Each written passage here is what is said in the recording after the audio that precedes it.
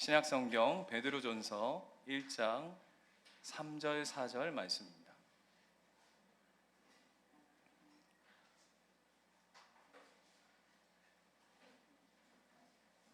신약성경 베드로전서 1장 3절 4절, 신약성경 377면 정도 될 것 같습니다. 우리 두 절 말씀인데요, 우리 한 목소리로 우리 한번 합독하도록 하겠습니다. 같이 읽겠습니다. 시작. 우리 주 예수 그리스도 아버지 하나님을 찬송하리로다. 그의 많으신 긍휼대로 예수 그리스도를 죽은 자 가운데서 부활하게 하심으로 말미암아 우리를 거듭나게 하사 산 소망이 있게 하시며 썩지 않고 더럽지 않고 쇠하지 아니하는 유업을 있게 하시나니 곧 너희를 위하여 하늘에 간직하신 것이라. 아멘. 오늘은 부활 주일 예배로 드려지는데요, 여러분 밖에 나가서 예수 믿지 않는 사람들에게 예수 믿으세요 라고 이렇게 전도하면 반응이 어떻습니까? 요즘 특히 그 JEMS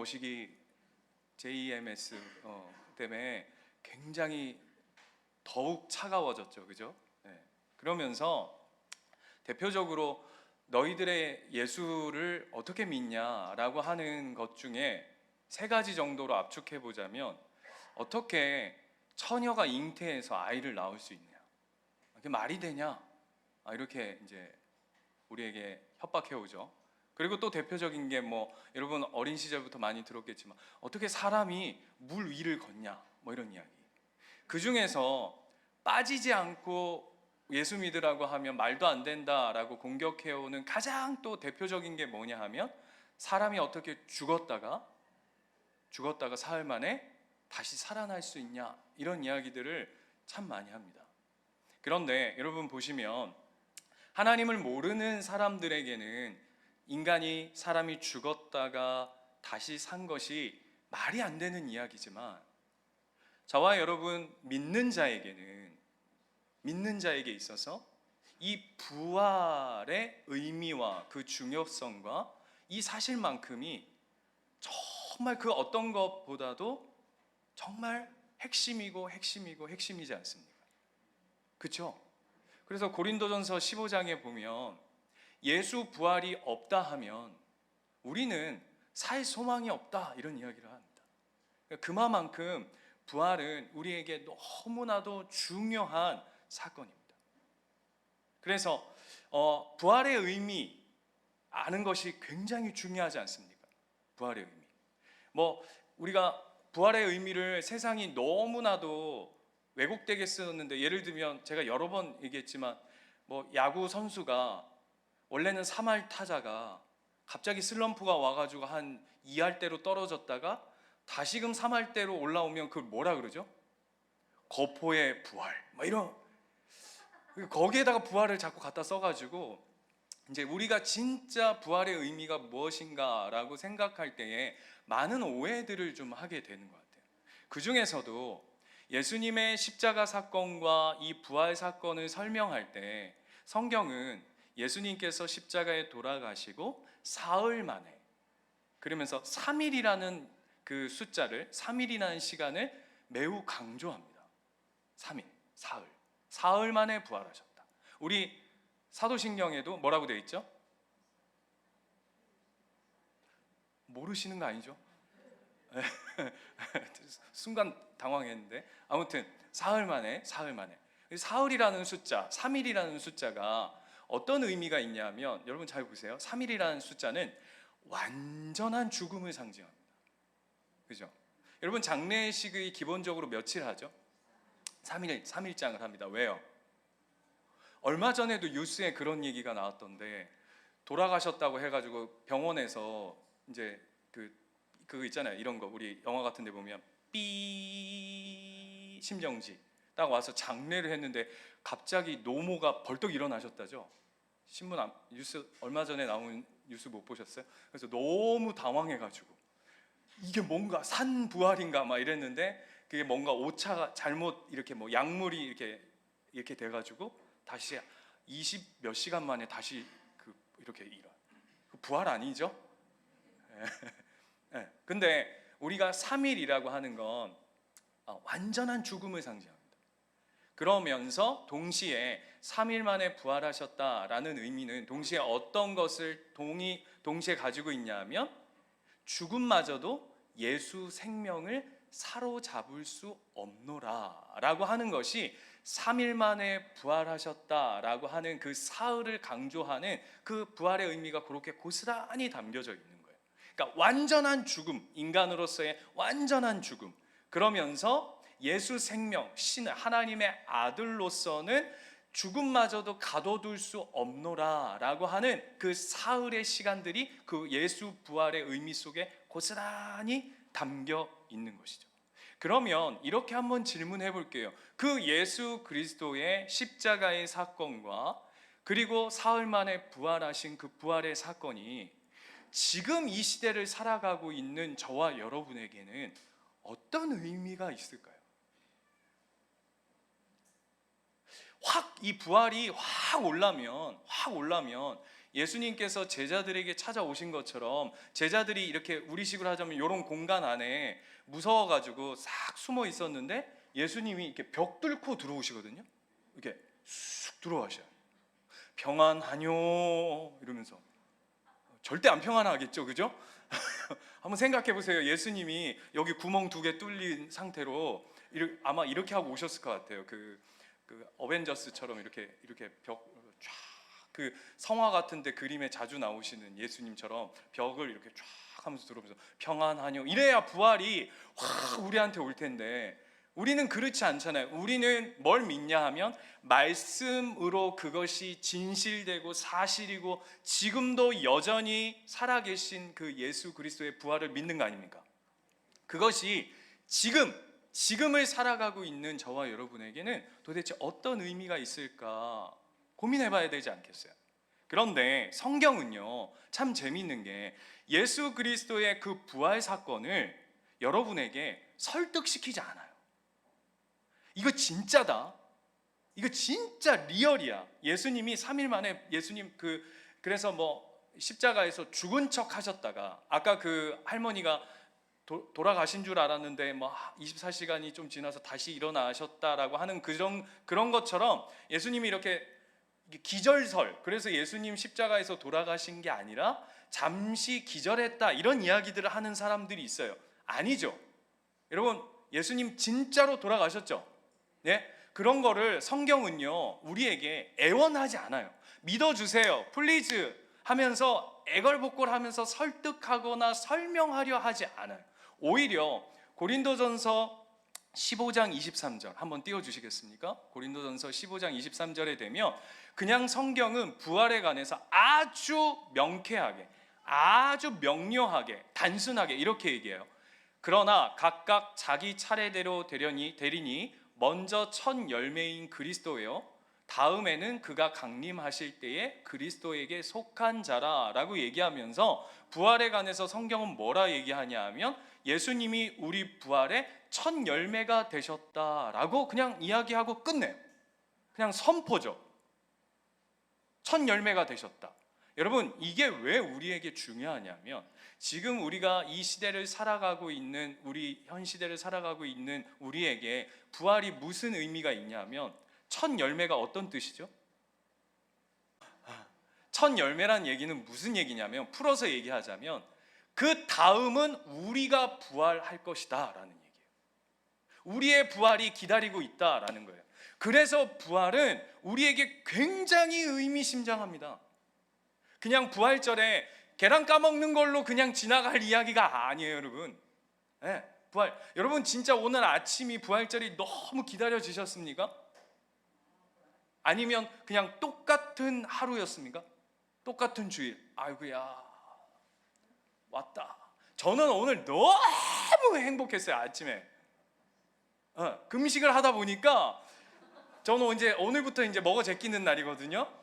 부활과 함께 이제 함께 부활하는 건데 너무 오늘 막 새아침 막 눈이 보통 제가 일어나는 시간보다 무려 1시간이나 일찍 일어났어요. 물론 배고파서 그런 것도 있는 것 같은데 너무 이 부활이 기다려지는 거예요. 그런데 그런 의미는 제가 우스갯소리로 하지만 우리 어떤 육체적인 기다림이라고 할 수 있지만 성경적으로는 우리에게 부활의 개념은 뭐냐면 예수님만 부활할 것이 아니라 우리도 부활할 날이 있다라는 거예요. 너무 중요한 이야기죠. 그러면 어떻게 해야 되냐면 부활이 무엇인가를 알아야죠.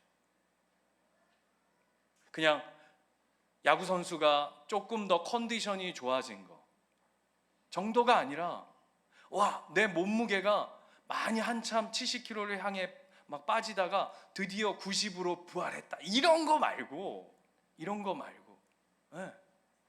내가 보톡스를 맞아가지고 주름이 있었는데 살이 부활해가지고 그 빈틈을 메꿨다. 이런 거 말고 그런 허접한 부활 말고 진짜 부활이 뭔가를 우리가 고민해야 되지 않겠습니까?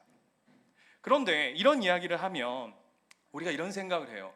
우리 바로 이틀 전만 해도 금요일날 성금요일날 예수님의 십자가의 사건을 보면서 어떤 고백을 했죠? 예수로 충분합니다. 예수로 충분합니다. 예수님 그 십자가의 날 위한 그 십자가의 거절의 사랑이 바로 날 향한 사랑이었음을, 그래서 예수 그 십자가로 충분합니다 그 고백을 했는데, 목사님 그 십자가로 충분하지 않습니까? 그분께서 내 죄를 다 해결해 주셨는데, 다 씻어 주셨잖아요. 아멘이시죠? 여러분, 예수 그리스도의 그 거룩한 보혈의 피로 말미암아 여러분이 정결케 되셨죠? 그거로 충분하시죠? 그럼 부활은 뭐하러 필요합니까? 예? 아니, 십자가로 충분하다면서요. 대답하세요 빨리. 아니, 아까 분명히 그랬잖아요. 주님의 십자가로 충분합니다 라고 고백했는데, 그럼 우리에게 부활은 또 필요하냐고요. 왜? 예, 진짜로 물어본 게 아니었는데 제가 뭐 몰라서 이렇게 물어본 거겠어요? 성경에서 십자가 사건은 반드시 부활과 한 세트예요. 십자가 없는 부활 없듯이 부활 없는 십자가도 없죠.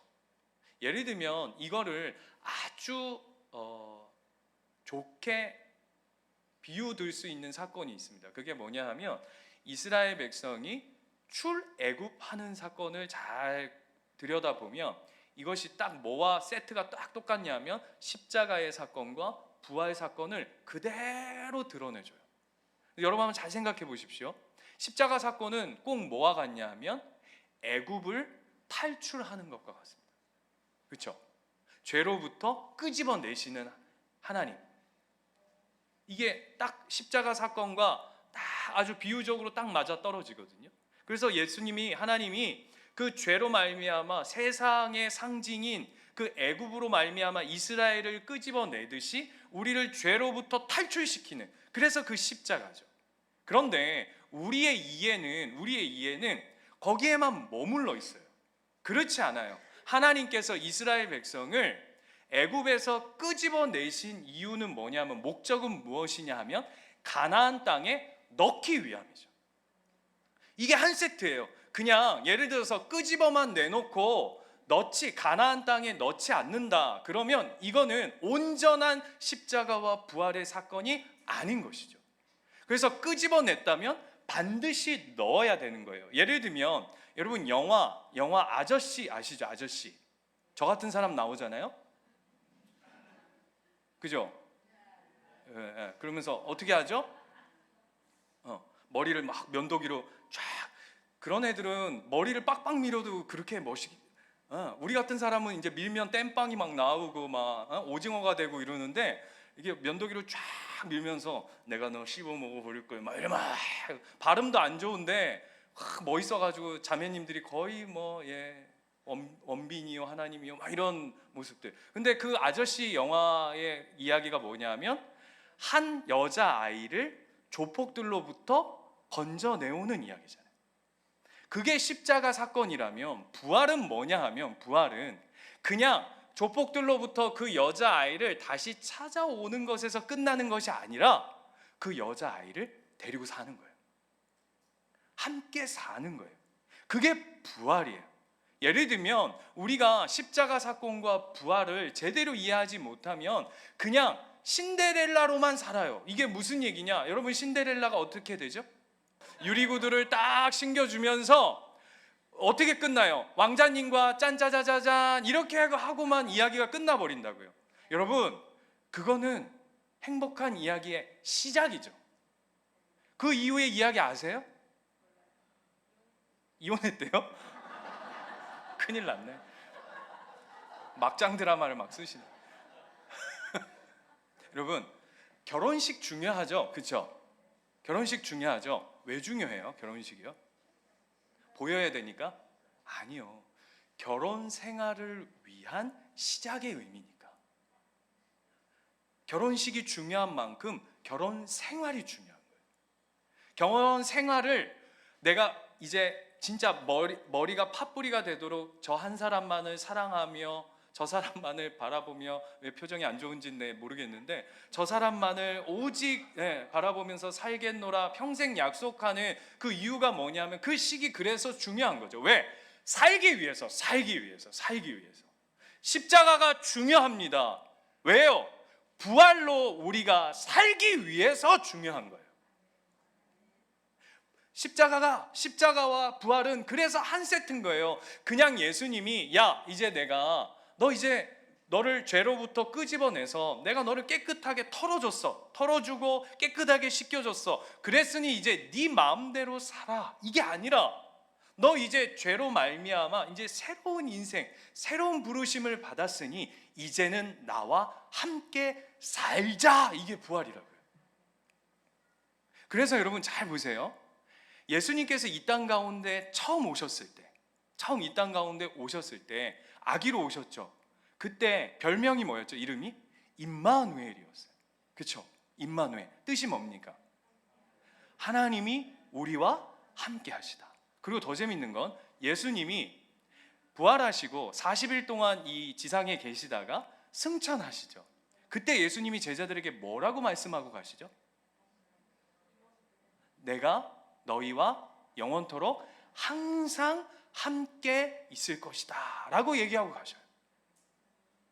그러니까 뭘 얘기하냐면 예수님은 부활의 참 능력이 무엇이냐면, 부활의 핵심이 무엇이냐면, 부활의 깊은 소망이 무엇이냐면 이제 예수와 우리가 하나님과 영원토록 함께하는 삶을 살게 되었다라고 하는 것이 부활의 참 소망인 거예요. 왜 아멘이 안 나오죠? 그래서 여러분 한번 잘 생각해 보세요. 예수님이 부활하셔서 누굴 제일 먼저 찾아가시죠?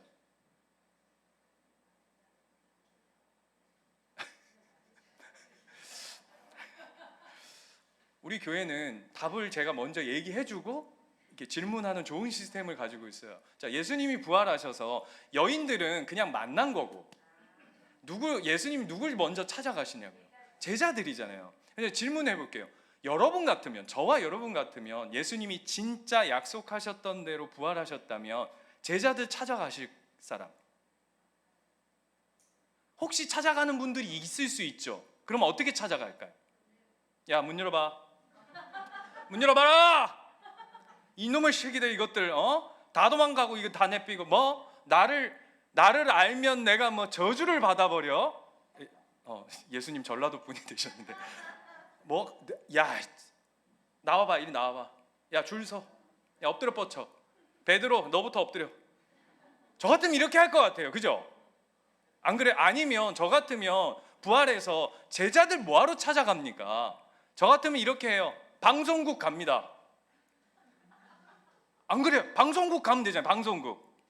자, 지금은 며칠 전에 돌아가셨던 예수님이 다시금 살아나신 현장에 나와 있습니다. 리포터 예수님 만나 주시죠. 내가 살아났다. 보고 있나? 이렇게 하면 제일 빠르지 않아요? 그죠? 아니면 전 헤로드한테 갈 것 같아요. 아니면 빌라도한테 갈 것 같아요. 이리 와봐. 조용히 이리 와봐. 아니면 십자가 밑에서 내려와봐. 뭐 네가 하나님 아들이면. 제가 어제 금요일 날 말씀드렸죠. 어떻게 했다고요? 사람들이요? 예수님 눈 가리고 뺨 따고 날리고 누가 때렸게 이 짓거리들을 했다고 예수님 앞에. 그럼 저 같으면 이렇게 할 것 같아요. 네가 때렸잖아. 너 이리 와. 혜정이 이리 와. 이렇게 할 것 같아. 근데 그렇게 하지 않으시고 제자들을 찾아가세요. 왜일까요? 왜일까요?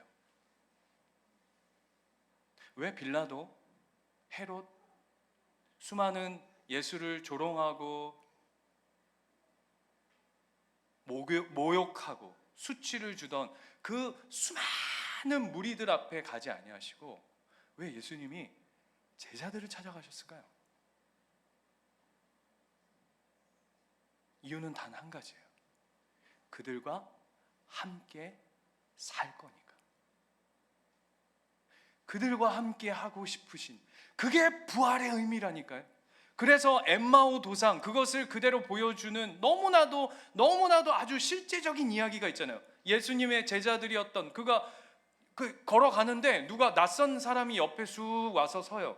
그러면서 야, 니네 무슨 재밌는 얘기 하나 보다. 무슨 얘기 하니? 그랬더니 당신은 어디 사람인데 얼마 전에 예수라는 사람 죽은 이야기도 모릅니까? 그거 재밌다. 얘기 한번 해봐라 하면서 동행하시죠. 그래서 그 유명한 이야기가 뭐죠? 엠마오 가는 길. 이유가 뭐예요? 왜 예수님 거기를 찾아가시죠? 그 제자와 이제 영원토록 함께 할 것이니까. 그게 부활의 핵심이래요. 그렇다면 우리 이렇게 한번 생각해 볼 수 있을 것 같아요. 부활을 사는 우리, 부활을 믿는 우리, 더 노골적으로 얘기해 볼게요. 부활할 우리. 그죠? 옆에 분들 한번 보세요. 이렇게 안 부활해. 이렇게 부활 안 하거든요. 하나님께서 가장 완전하게 우리를 이제 부활로 부르실 텐데, 여러분 우리 어머니가 며칠 전에 통화했는데 저한테 그 목사 아들아, 그 화장해서 이렇게 빠도 부활할 때 별 문제 없지 이러시는 거예요. 전혀 문제 없습니다, 여러분. 전혀 문제 없습니다. 그러면 여러분, 순교당한 제자들, 이렇게 목 날린 제자들 부활하면 목 없이 천국 갑니까? 그래서 우리 어머니한테 하도 어쩌고, 어머니 전혀 상관없어요. 왜 그런 질문을 했냐니까, 그러면 나도 이렇게 나중에 하거든, 그렇게 해라, 뭐 이런 이야기였어요. 자, 물어볼게요. 여러분 부활의 소망이 있으십니까? 여러분이 예수 그리스도가 다시 이 땅 가운데 오시면 영원한 생명으로 그분과 영원토록 함께 하실 것이라 믿으십니까? 그러면 이렇게 물어볼게요. 여러분 부활의 흔적을 가지고 계세요? 그 예수와 동행은, 예수와 함께 하는 건 저기 가서 하는 게 아니에요. 부활, 지금 우리 이미 예수 그리스도의 첫 열매가 되셨대잖아요.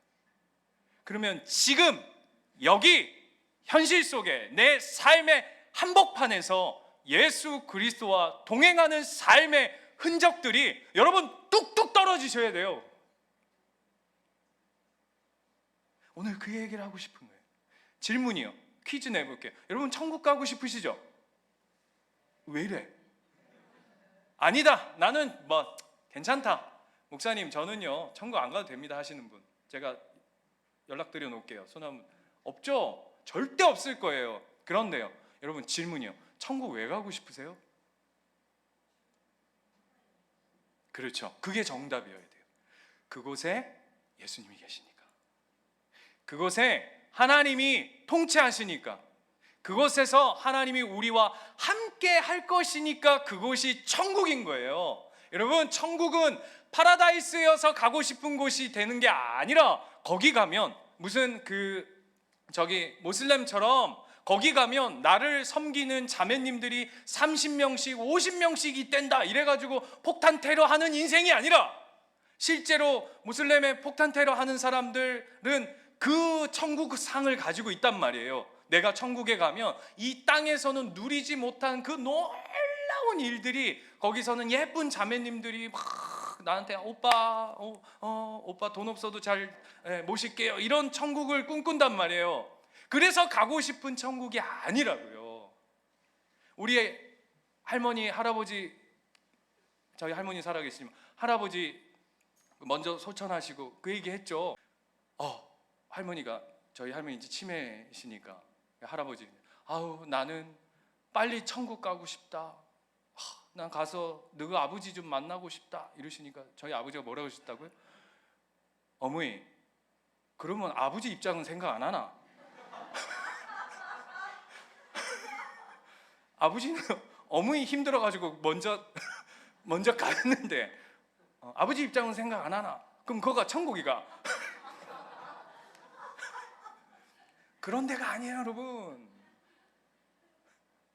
우리가 부활, 천국, 그 기준과 중심이 예수 그리스도의 산소망, 예수 그리스도와 함께 한다라고 하는 그 고백이 없으면 오늘도 아무런 예수와 관계없이 살아가는 부활절, 그저 그냥 똑같은 주일의 연속, 내 삶도 똑같고, 그걸 얘기하는 게 아니라고요.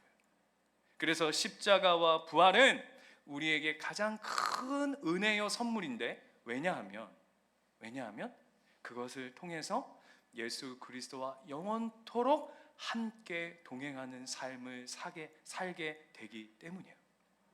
그래서 여러분 잘 보세요. 제자들이요, 예수님의 제자들이요, 십자가 사건을 경험하고 어떻게 됐냐면 다 도망갔죠. 그죠? 다 도망갔어요. 한결같이. 왜 베드로를 비췄냐 하면 베드로가 대표성이기 때문이에요. 아니 베드로만 나쁜 놈이고 다른 놈들은 괜찮나? 아니요. 베드로가 그 정도였다면 나머지들은 볼 것도 없다, 이 얘기를 하고 싶은 거예요. 성경은 다 도망갔어요. 그런데 그랬던 그 제자들이 예수님이 부활하셔서 그들이 물고기 잡고 있는 그들의 삶 가운데 다시금 찾아오셔서 그들에게 뭘 보여주시냐 하면 부활의 사실, 부활의 흔적, 실제로 예수님께서 말씀하셨던, 예수님께서 늘 제자들에게 내가 죽었다가 사흘 만에 살아날 것이다 라고 얘기했던 그 말씀이, 그 진리가 실제 되는 것을 제자들이 경험하죠. 그죠? 그랬더니 어떻게 되죠? 다시 모여요. 다시 모이죠. 그죠? 그리고는 어떻게 되죠? 그 제자들이 다 어떻게 돼요? 부활을 경험하자 그들이 다 순교해요. 그렇잖아요. 제자들이요, 하나같이 다 순교해요. 왜일까요? 십자가 때문에 다 도망갔던 그들이 부활을 경험하자, 예수의 부활을 보고 경험하고, 도마 같은 제자는 예수님 이 옆구리에, 그 다음에 손가락에, 손에 못자국 난 걸 쑤셨잖아요. 쑤셔 넣어보고, 실제로 그렇게 보고 나서 그들이 어떤 자리로 가냐면 생명을 내어드리는 자리까지 간다고. 왜죠? 안 거예요. 깨달은 거예요. 본 거예요. 믿어진 거예요. 뭐냐 하면 예수님이 말씀하셨던 것처럼 십자가의 죽음이 끝이 아니네, 이걸로 끝나는 인생이 아니네, 우리에게는 진짜 산 부활이 있네, 새로운 생명이 있네, 하나님 나라가 실제로 있구나 라는 걸 경험하고 깨닫고 믿게 되자 그들이 이 땅 가운데서의 생명을 하나님 앞에 내어 던지는 자리로 가는 거죠. 이게 부활의 소망 아닙니까? 그래서 뭘 소중히 여기냐 하면 내가 지금의 이 생명이 아니라 내가 영원토록 하나님과 함께하는 그 생명이 소중함을 알아서, 하나님이 내가 이 땅 가운데서 죽어도, 예수 이름 때문에 죽어도 그분이 나를 다시 살리실 걸 믿기에 그들은 하나님 앞으로 다시금 내어 던지는, 하나님 앞으로 나아가는 삶을 살고 있는 것이죠. 이게 부활이라고요. 사랑하는 예수님교회 가정 여러분, 여러분의 삶이 부활을 통해 예수 그리스도와 영원토록 동행하는 삶이 되시기를 축원합니다. 그래서 오늘 설교 제목이 뭐냐 하면 신인류의 사랑입니다. 오늘 우리는, 저와 여러분은 신인류죠. 무엇으로 신인류죠? 부활의 참 생명과 부활의 참 소망으로 새로운 생명의 인류로 이제 우리는 하나님 나라의 백성으로 새롭게 거듭난 삶을 살아가는 거죠. 제가 그 서울에서 사역할 때 그 저희 교회에 저보다도 참 나이가 어린데 저보다 나이가 어린데 삶에 대한 이 어떤 진중한 태도를 이렇게 볼 수 있는 목사가 몇 없거든요. 네. 이 목사님은 뭐라고 해야 될까? 어떤 일단 포스가 있어요. 나이가 저보다 한 대여섯 살 어리거든요. 근데 이분이 북한 분이에요. 한 목사, 한 성이 한신데 한 목사님인데 포스가 있는 거예요. 그래서 뭐 이런저런 이야기를 하다가 이분이 간증을 하나 해주셨어요. 그래서 무슨 얘기였냐면 이제 탈북을 해서 2번이나 중국 공항에 잡힌 거예요. 2번이나. 그런데 한 번은 말도 안 되게 이제 말도 안 되는 어떤 이렇게 막 사건으로 탈출이 된 거예요. 공안에 잡혔다가. 이거 있을 수 없는 일이에요. 그런데 더 대박은 다시 잡혀 들어간 거예요. 근데 여러분, 다시 잡혀 들어가면 100% 죽는답니다. 네. 그런데 그 교도소가 어떤 곳이었냐면 중국 공안 그 교도소에 잡혔는데, 교도소가 우리처럼 무슨 교도소가 따로 있는 게 아니라 어떤 건물에 딱 가둬놓는데, 요 실은 자기 혼자 있는 요 방은 감옥이고, 요 벽 하나로 창문이 하나 있는데 요 벽 하나로는 그냥 일상생활을 사는 그냥 이런 뭐라 그래요? 그냥 이런 거예요. 그러니까 그런 곳에 이제 잡혀간 거예요. 그래서 자 보세요. 벽 하나를 놓고 이쪽은 죽음이고 이쪽은 생명이에요. 그래서 이 목사가 그때는 이제 목사가 아니죠. 이 살고자 하는 마음이 너무 커서 그 벽에다가 밖에 소리가 듣고 싶어서 여기 좀 내보내달라고 하나님 나 좀 여기 좀 내보내달라고 그 벽에다가 귀를 대고 막 진짜 애걸복걸 기도를 했대요. 한번 생각해 보십시오. 그 남의 일이라고 이렇게 잡잡하게 들으시면 안 되고, 여러분이 그 상황에 있다고 한번 생각해 보세요. 이 죽음과 이 삶에 그냥 하나 여기 딱 한 꺼풀이에요. 그 살고자 하는 그 마음이 얼마나 크겠어요. 근데 놀라운 건 거기서 사라진 거예요. 그러니까 목사 돼서 한국에 왔죠. 그러니까 뭐라 그러냐면, 목사님 거기서 이렇게 나오게 된 계기를 또 말씀드리면요, 책 한 권 써야 돼요, 뭐 이러더라고요. 그래서 좋다. 그래서 제가 이렇게 물었어요. 한 목사, 당신 다시 북한 가고 싶은 마음이 있어? 이렇게 물었어요. 그랬더니 보통 그러면 이제 북한 분들한테 이런 얘기 하면요, 이 동공이 막 흔들리거든요. 어떤 마음이냐면 네가 가라 막 그런 분이거나, 아니면 두 번째는 이런 거예요. 나만이 끔찍해서 여기가 왔더니 여기가 더 끔찍하더라, 이래서 가고 싶어 하시는 분들인데, 그분이 뭐라 그러냐, 그 목사님이 예, 저는 다시 가고 싶어요. 그래서 왜? 그랬더니 이렇게 얘기해요. 목사님, 저는 그 감옥에서 죽었어요. 저는 그 감옥에서 이미 한 번 죽었어요. 그 목사는 안 거예요. 자기가 거기에서 하나님이 아니면 살 수 없었음을 안 거죠. 그래서 이렇게 얘기하더라고요. 목사님, 저는 거기서 죽었어요. 그런데 하나님이 저를 살려주셨다면 저에게 분명한 하나님의 뜻과 목적이 있을 거예요. 저는 그것이 다시금 이 마음을 가지고 북으로 들어가라 하시는 하나님의 마음이에요.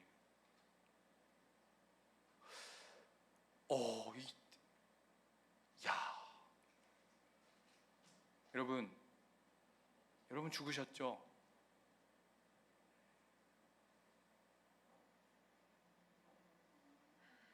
여러분 죽으셨죠? 하나님이 살려주셨어요. 왜? 하나님과 함께 영원한 생명을 누리자고.